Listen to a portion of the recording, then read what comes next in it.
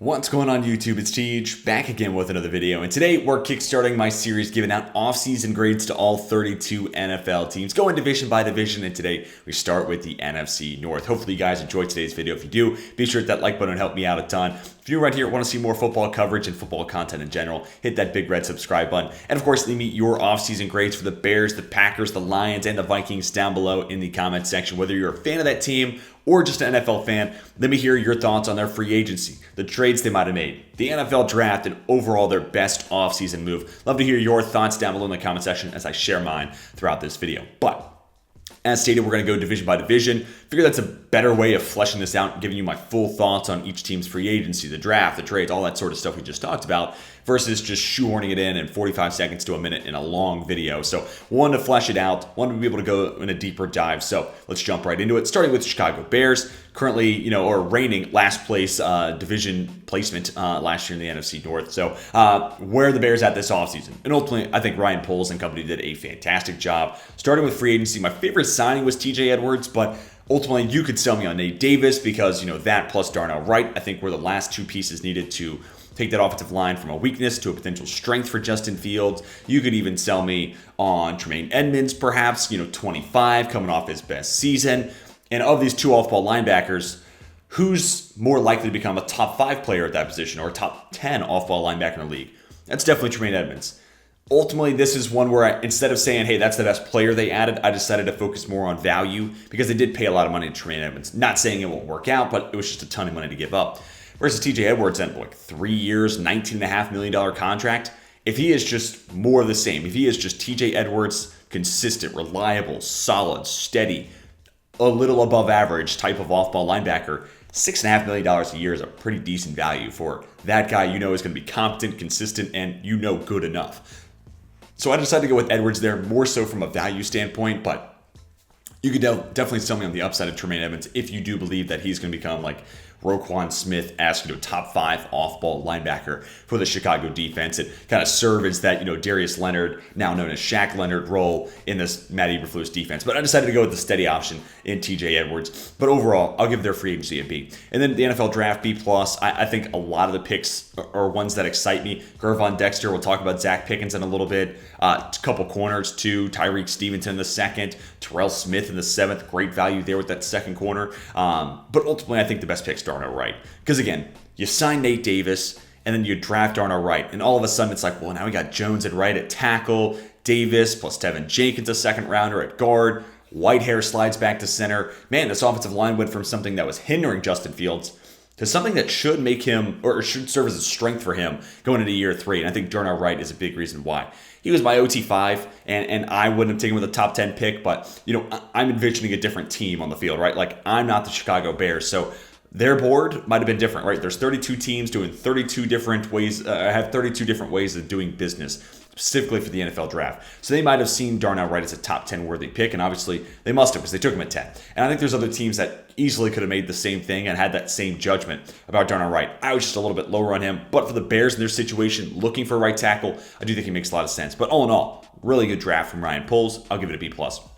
And then the overall offseason grade, that's where we can talk about the trade moving from 1 back to 9. It's not really something I wanted to include in free agency because I want to focus on signings. Not really something I want to include in the draft because I want to focus on the selection. So kind of lumped it into the offseason grade instead. But to me, the best move, without a doubt, is getting DJ Moore, right? We knew they were going to move back from 1 to something and get a ton of draft capital and, picks that could allow them to move on from Justin Fields long-term or just continue to add young talent to the roster. And that they did from Carolina. And they still got a ton of draft capital from the Panthers. But they also got a guy who's a bona fide number 1 wide receiver who will let you know and help out Justin Fields right away. So you'll have the answer by the end of year 3. Fields won't have the offensive line as an issue. The wide receiver room is not something holding him back anymore. Now you have a true good look at Justin Fields to say if he's the franchise guy or not. And if he's not, whoever replaces him has a bona fide number 1 wide receiver in DJ Moore. Furthermore, no pun intended, DJ Moore is also on the first year of his extension. So considering the extensions given out to Devontae Adams and Tyreek Hill last offseason, he's already looked like he's playing on a value contract, right? Not saying that he deserves $30 million like those guys, but you're already looking at a guy who's making low 20s, and all of a sudden that's a pretty solid price point for a #1 wide receiver. So love the player they got, love the value of that contract, and again, they got capital help long term, and then they got a piece to help them win right away and see what Justin Fields is. So I just love how Ryan Poles went about that trade from 1 to 9. And then the biggest question mark left, where could this roster potentially get better, or where might a weakness be? Right, I'll go D-line. This is IDL and edge. I'm kind of lumping them both together here. You got Travis Gibson there, and he's had some flashes, but the consistency has certainly not been on his side. I wouldn't be surprised if they make a trade and add a veteran just to get a little bit of immediate impact and a little bit of production they can assume will be there. But really, I think about Matt Eberflus, and he gets DeForest Buckner in Indianapolis, and all of a sudden the Colts defense takes it to another level. So I'm focusing mostly on the IDL here, but edge is also a problem spot. But who could step up? It could easily be Gervon Dexter, second rounder, 6'6", 315 plus pounds, and not many people move the way he does and have that explosive first step. But a lot of the same stuff can be said about Zach Pickens, who was a second interior defensive lineman they drafted. They get him a little bit later on, so naturally the value feels a little sweeter for me. But also, this guy, you look at Gervon Dexter, his production more so on the run stopping side. Pickens, his production was as a pass rusher at South Carolina, and he has a great first step, super quick into the guards, get to them pretty much as they're getting into their stance, has good hand work, can fight at the line of scrimmage with his hands. And I just look at him as a more developed pass rusher than Gervon Dexter. And again, I think about the impact that DeForest Buckner had. Once he stepped into that 3-tech role, he served as a force multiplier, and he was such a good pass rusher that he got the lion's share of attention from an opposing offensive line, and he got the double team, giving other guys on that D-line in Indy one-on-one opportunities. And I honestly could see Zach Pickens being the guy who kind of forces the issue and is such a good explosive pass rusher, causes problems in the middle of that offensive line, draws extra attention, gives everyone else some extra one-on-ones. I could see Pickens, even though he was the second IDL guy they drafted, being the dude who gives you that at least right away. Who knows, maybe long-term Gervon Dexter ends up being that guy and fills that role and ultimately becomes better than Pickens. But I think right away he could be the guy that serves as that interior disruptor. All right, let's leave the Bears, talk about the Detroit Lions. This is kind of a tough team, but ultimately I did like a lot of the stuff that Brad Holmes did this offseason. In free agency, they got out to a great start, right? Like, they raised the floor of that side of the ball, right? Emmanuel Mosley, Cam Sutton, Chauncey Gardner-Johnson. You bring back Alex Anzalone just to know you're not going to have a huge glaring hole there at linebacker. You bring back Kaminsky too, extra defensive line depth. And I just look at them saying, hey, we may not have an elite defense with these guys, but we're going to at least have a competent defense. We have an offense that's going to pour points on the board. We just need an average defense. And actually think back to something the PFF NFL pod talks about with offensive line play. Creep back towards average. And I felt like that's kind of the Lions' MO here for defense. Hey, Mosley, the reason he's my favorite signing here is just because it's low risk, high reward. It's a 1-year contract. If Mosley gets hurt, whatever, you're not attached to him long term. But if he does stay healthy and plays to the level that we have seen from Emmanuel Mosley, $6 million is a bargain for that type of player. But maybe you could go Cam Sutton. You got him for 3 years, inside-out versatility. And in specific, on top of what they did with the draft, Chauncey Gardner-Johnson, Cam Sutton, inside-out flexibility. Brian Branch, who was my favorite draft pick, we'll use that as a segue. They have a ton of defensive players and specifically secondary players that you can move all around the field. One snap, they'll be here at safety. Another snap, they'll be inside the box. Now they're playing nickel. And I love having those versatile chess pieces. Cam Sutton's outside. Now he's playing the slot, and that means Chauncey Gardner-Johnson's playing deep. You can just create a ton of chaos and confusion and just give the offense something that throws them off by, even just a split second. It makes the quarterback think a little bit extra longer. Maybe that pass rush gets there. Or it holds them up a little bit at the line of scrimmage. Boom, there's a delay of game. Or whatever else may happen, right? Those are two simple examples, and it can break in a ton of different ways. And also, maybe it doesn't result in anything one snap, but it allows you to show an offense something, come back to it later, change it up, and then maybe that's when you generate that turnover. And that turnover margin from the first half of last year versus the second half was a big reason why I think the Lions kind of turned it around from historically bad defense to good enough defense, and then ultimately they finished the year 9-8. Right, so I think adding more and more of these playmakers and versatile players that could create confusion and chaos and lead to a better turnover margin, that makes that defense that much better, and it makes this team that much more legit. So talking about the NFL draft, the first round wasn't necessarily the hole we all envisioned, right? But if you told me they got Jack Campbell, maybe still at 18, but then Jahmyr Gibbs in the second round, and it was Brian Branch they took at 12 after the trade back from 6, I think a lot of other people would look at this and be like, that was actually a pretty solid first round. You got Branch, you got Campbell, you shored up that defense. Awesome. I kind of like that. And then you got Gibbs, Laporta in the second, and Hendon Hooker in the third. Wow. Ultimately, that's not the order in which it broke out. But when I look at those first 5 picks, Gibbs, Campbell, Laporta, Branch, and Hooker, I'm like, man, how could I not be excited about those 5 players being added to a roster that could use those guys pretty much right away? And over the course of 4 years, I could see them adding a ton of value while being on a cheap contract. And especially Hooker, right? Like, he easily could be, he was my QB6, but he easily could maintain the Jared Goff status quo and eventually allow you to move on from the money that you owe Goff and just maintain that level of play while being much cheaper, a much smaller cap hit. And you could spread that money across the rest of the roster or extend guys like Amon-Ra St. Brown, who's going to want to get paid here pretty soon. So love that process. That was ultimately there. Again, the first round wasn't the hole that we had envisioned, but look at those first 5 guys that make up that top 100. I didn't like Broderick Martin all that much, who was the final top 100 pick, but you live and you die with those top 100 selections more often than not. I think the first 5 picks were on the money, really, for the Lions. So may not have been the order I drew up, but nonetheless, I'm really excited about those 5 guys going to Detroit. So got to at least give it a B. And then overall offseason grade, I'll go B+. Best move, all in all, I'll stick with Brian Branch here just because, again, I think he gives you long-term Chauncey Gardner-Johnson type of role in this defense, while also having multiple guys that can move around the field and create that chaos and confusion. You could sell me on Cam Sutton here. I wouldn't hate that argument. At least one long-term corner to keep, again, the floor that high on the defensive side, and I think Sutton, both as an inside-out guy, but even if he just plays outside, at least gives you one competent piece, and then you'll try to replace Mosley in another year's time, or have one of these young guys like an Efetu Melifonwu step up in their place. So, all in all, really did like the offseason Brad Holmes put together. Biggest question mark, I think about IDL here, that 3-4 DN spot. I think about the picks I would mock the Lions. Jalen Carter at 6, Kalijah Cansey at 18, maybe some of the second round guys, or maybe a Gervon Dexter in the third round, maybe a Carl Brooks in the third, and that wasn't really a position we saw them addressed yet. Now, who could step up? Maybe it's Josh Paschal, mid-round pick going into year 2 out of Kentucky, or Levi Onwuzurike. I loved the first year Brad Holmes was there in Detroit. He drafted Lee McNeil and Levi Onwuzurike, and I was like, I love both these guys, love the impact those guys could eventually have for Detroit. McNeil, I think, is starting to get there. Hopefully we see him take another step forward in year 3. But Levi Onwuzurike has been battling back injuries, so really no guarantee he's anywhere near the player he should be or I thought he could be as a prospect because of back injuries and the type of detrimental effect they have on players. But nonetheless, if he does get back to Washington, kind of prospect Onwuzurike, he easily could provide even more explosiveness, even more pass rush production at that 3-4 DN spot, and take this defensive line from a good unit to a really, really strong part of their roster. So they'll need Onwuzurike to be healthy, or Josh Paschal, give him the honorable mention here. But if one of those 2 guys steps up, becomes a starter at 3-4 DN, and gives you that little bit more as a pass rush unit, wow, this defense is going to be really, really something to watch this year. All right, next, the Green Bay Packers.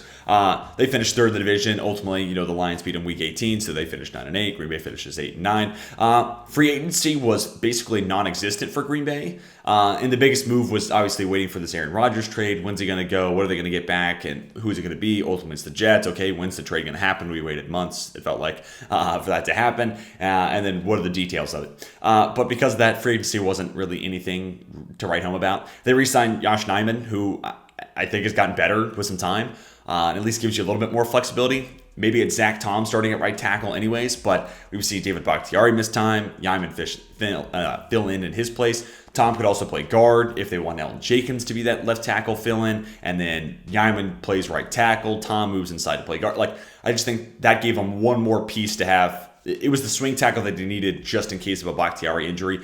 Don't know necessarily how they'll handle a Bakhtiari injury or missed time, but Yaiman at least gives you a little bit more flexibility. And really in a free agency where they did next to nothing, this was about the only thing I could pull from. So, yeah, I got to give it a D there. But, I think a lot of the pieces that could make this team competitive and potentially in the playoff mix already on roster. So I didn't really know how much they should be doing in free agency anyways. NFL draft grade. I thought it was a pretty solid draft class, right? I liked Lucas Van Ness. Loved, as you can see, once we get to the offseason grade, the emphasis on adding to the offense on day 2. A couple of tight ends, Jaden Reed, who, Reed was maybe a round early for me. I'd have preferred Josh Downs or a Tank Dell or even a Jalen Hyatt on the board at that point. Specifically Downs, that would have been my pick there at 50 over Reed, but This slot wide receiver who can attack all different levels, has 4.44 speed, can be a yak weapon. Just a nice, well-rounded wide receiver to add into the mix of Christian Watson and Romeo Doubs and some of the other guys they have on roster. Plus those 2 tight ends where they could definitely get better. So love the emphasis there on the offense for day 2. But then also in Anthony Johnson, the 7th round, I'm sorry. I'm actually shocked that he fell that far because I see a player who could replace Rasul Douglas by midway through his rookie season. And I feel pretty confident about saying that. And we'll see how much safety ends up playing, but at the worst, I think becomes a solid option there in the nickel. And by year 2 is the starter for Rasul Douglas, who they'll be able to cut and save close to $10 million against the cap by moving on from. So yeah, Anthony Johnson Jr. falling all the way to the 7th round, this outside corner that moved inside to play the slot and a little bit of safety. Felt like a skill set the NFL would jump all over, but for whatever reason, he falls, and I think the Packers will be the beneficiary of that. So love that pick, but a lot of different selections you could sell me on here, including Musgrave and Tucker Kraft and some others. But overall offseason, I'll give it a C+. Again, I love the emphasis on rounding out that offense. Now it's Watson, it's Dobbs, it's Reed, plus 2 tight ends. You still got the running backs there. You added a little bit to the offensive line. You got Nyman back, keeping that unit of strength. You basically put together a situation where the defense is going to be still very good, at least on paper, and we saw them pick it up down the stretch last year and get to maybe where the Packers' defensive expectations were set at preseason. And then you have a solid core of pieces around Jordan Love, which then takes us to the biggest question mark left. No-brainer here. It's Jordan Love. It's quarterback, right? You move on from Aaron Rodgers, and all eyes are on you to see what follows next. I like Jordan Love a lot coming out of Utah State. Now, granted, we have gotten to see him at, various points. Not a lot of him at various points, but didn't look good against the Chiefs. Looked a whole lot better against the Eagles, but that was in a game where the Eagles were up by double digits, and basically Christian Watson took a drag and ran away from the rest of the Philadelphia secondary. So how much of that is Jordan Love versus how much of that is just Christian Watson being a freak and the Eagles playing prevent back coverage, deep coverage against Green Bay? I would say it's more so the latter versus the former, right? So what does he look like as a starter? I hope he gets that much better because I do want to believe that he could be that next guy in Green Bay. Again, I did like him a lot as a prospect. Saw the tools, saw the traits. Needed some work, but 3 years sitting behind Aaron Rodgers. Now we need to see it, right? Like they gave you the time that we thought you might need. Now you got to step up. And if Jordan Love plays okay, even just like average football, he's got solid wide receivers around him. They have a good offensive line. They have a really efficient run game, a good offensive mind with Matt LaFleur as the head coach and the play caller. The defense is loaded, and it's not only got a ton of superstar talent, it's very deep at all 3 levels. This could easily be a team that exceeds expectations. And really, I could see the NFC North being a division that has all 4 teams at 8 wins or more. Like, I could see a world where, Chicago finishes 8-9, Green Bay maybe also 8-9, perhaps 9-8, and then it's Detroit at 10-7 and Minnesota at 11-6 or 12-5 or something like that. Like I could see where this division is all in all better than people expect, and all of them right around 500 or better. But anyways, let's talk about the Minnesota Vikings to round out this video. B- is across the board, so this one's pretty simple. The Vikings obviously won the division last year, went 13-4, but their point differential, they were a team that kind of stuck out as like, the record doesn't really indicate where this team is at, and therefore they get bounced in the first round by another team I kind of felt the same way about with the Giants. But hey, credit to the Giants. They went out and they earned it more so than the Vikings did. But free agency, B-. Ultimately, now they move on from Zadarius Smith. I love the value of that for the Browns. We'll talk more about that in the next video of this series, the AFC North. But, I understand you had to move on. He didn't want to be there anymore. Only so much you could do about it. You ultimately get like the value of a 5th-round pick, which isn't horrible. And Marcus Davenport, you sign him in his place. Okay, we'll see where that goes. Davenport definitely has some upside, but he's also been playing a smaller role in New Orleans, so we'll see what happens when you extrapolate that across 800, 900 snaps, full-time starter type of role for Davenport. But to me, the best move was Byron Murphy, just because that secondary needed any and all help they could possibly get. And also Byron Murphy for $10 million a year, they get some really solid value. And once we get to the NFC West, that's going to be one of my knocks against the Cardinals, their free agency. They're a team that should be resetting the winning window and trying to tank. But at the same time, Byron Murphy in his mid-20s, Zach Allen in his mid-20s. Allen ended up maybe getting more money than they were willing to pay. I get that. But for $10 million a year, is Byron Murphy not worth keeping around for a secondary that desperately needs it? Granted, the other side of that might be Byron Murphy said, no shot in hell I'm going back to Arizona. I'm ready to play some winning football. I'm out of here. And ultimately, maybe Minnesota was the next best offer that he got. Who knows? I'm not in the room, so I can't speak on it. But if that's the case, then Minnesota getting a guy who could be that number one guy, at least a serviceable number one, for $10 million a year is a great value. Wish you could have gotten him for more than 2 years, but I'm looking at a 25-year-old corner that wants to hit the market again by 27. So you get one final payday before he hits his 30s. I think he made the right business decision. Wish it could have been different there for the Vikings, but only so much you can control. He's not necessarily a perfect Brian Flores man press type of corner. I don't know if he's a best scheme fit per se, but we did get to see him play a little bit more on the outside last year. Had some tough matchups in the division with like a DK Metcalf, and also outside the division with like Devontae Adams. And I think in those big time matchups, he held his own for the most part. So I'm excited to see if he takes that next step forward with Brian Flores and that defense. But, all things considered, I think a solid offseason. They also had to shed salary, like moving on from an Eric Kendricks, right? They had to make some of those, tough moves, and also Zadarius Smith for that matter, where it's like, technically we are getting worse, but we have to shed this salary so that way we can use it next offseason, and it becomes dead cap and then freed up in 24, and then so on and so forth. Or we can go sign somebody right now. So sometimes you have to make those tough decisions. Anyways, moving on to the NFL draft. Also give this a B-. Love the Jordan Addison pick. This was an offense that, especially moving on from Thielen, had no one else other than Justin Jefferson who you can count on reliably, snap in and snap out, to consistently get open. And now I think they have that guy with Jordan Addison, who, if all, the focus and the gravitational, if the gravity is pulled towards Justin Jefferson, if that's where the focus is for a defense, there's going to be one-on-ones for Jordan Addison. And the guy wins one-on-ones. Like, the 40 might not have been great. Yes, he's a little bit smaller and a little bit more slightly built than people thought. But the guy wins one-on-one. So that will keep defenses honest. And also, I think about Sean McVay and the wide receivers he's had success with. Allen Robinson's an ISO player, 50-50 contested catch guy. But Robert Woods, Van Jefferson to a degree, Cooper Kupp, all the wide receivers, Brandon Cooks, all the wide receivers who have had good success in the Rams offense are at least solid route runners. And I think it's because McVay, and same can be said about O'Connell, who's inheriting a lot of the same stuff in his offense, they'll draw it. Like, you'll be running into space, right? Like, it's drawn up and designed so that way if you beat your guy, there's real estate for you to run with, and you're not running into another one of your defenders or a second defender or whatever the case may be. You're not running into congestion. So I think adding another route runner who that you trust Kevin O'Connell to have him running into open space and have him designed open essentially. Addison just needs to get away from his defender, and I think he can definitely do that. Mekhi Blackmon played pretty well, but I do worry about the size and the frame and what that means for him as potentially someone who might play on the outside.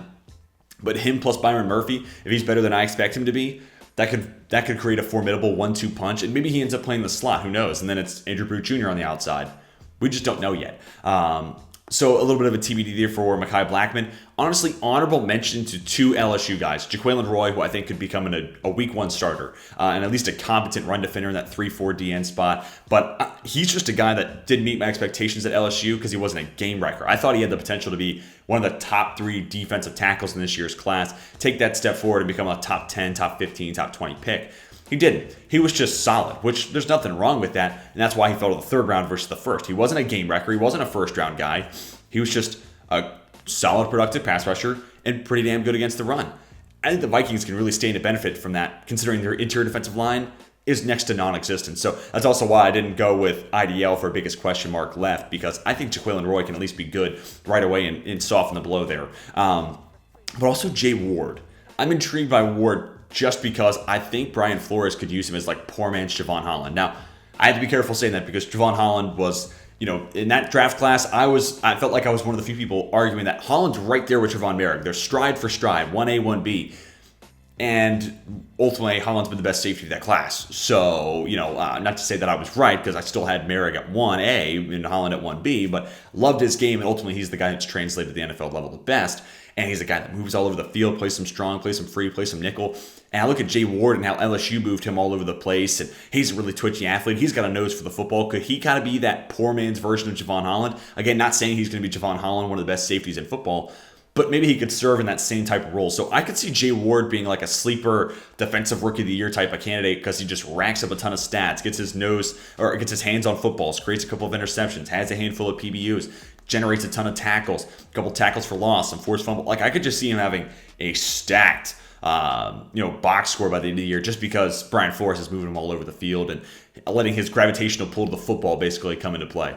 So he's a sneaky pick, but to me, Addison is the best selection from the Vikings class. Offseason, best move, I'll go with Byron Murphy. Again, this team needed any and all help they could find in the secondary. No guarantee Murphy is anything more than adequate, good enough, an upgrade versus a Caleb Evans or maybe a Cam Dantzler was, even though I still kind of like Cam Dantzler a little bit. But I also think about some of the Marcus Shelley, is that his name? God, I can't believe I'm forgetting his name. But this guy who used to be on their practice squad playing a majority of their snaps down towards the end of the regular season and into the playoffs. So can Byron Murphy be better than that? Yeah, I think he can. And that was something the secondary needed so desperately. And I will say, the Vikings, kind of like the Patriots OC situation, to me, there was no bigger jump from one defensive coordinator to the new one than add Donatell to Brian Flores. So I think that goes a long way to making that defense better than what we saw last year. But I also think Byron Murphy is a part of that as well. So you could even sell me on best move being hiring Brian Flores. It may only be for 1 year, but I do think that makes that defense a whole lot better this upcoming season.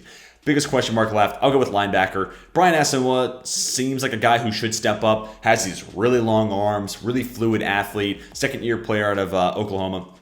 And I liked him a ton coming out of the draft. We just haven't gotten to see him on the field yet, but I think a really good athlete with long arms, so hopefully he's getting some PBUs and hopefully it makes it that much more, that much easier really for him to be able to get a hand on a ball carrier. That's something that you always hear people talk about draft season, these long arm linebackers that have that little bit of extra reach to slow down a running back, at least get, a part of the jersey, find the cleat, whatever, but also in the pass game where they might be able to get that little bit more reach to, break up a pass or turn it into an interception, whatever the case may be. But right now it's Asamoah and Hicks slated as the starters per our lads. And wow, that is a problem spot. And I make this point all the time. You go back to that wild card game against the Giants, New York was just dumping in the flat to Saquon Barkley and Isaiah Hodgins and saying, all right, come get us. And nobody could rally to the football before 8 yards had been picked up by Barkley and Hodges and crew.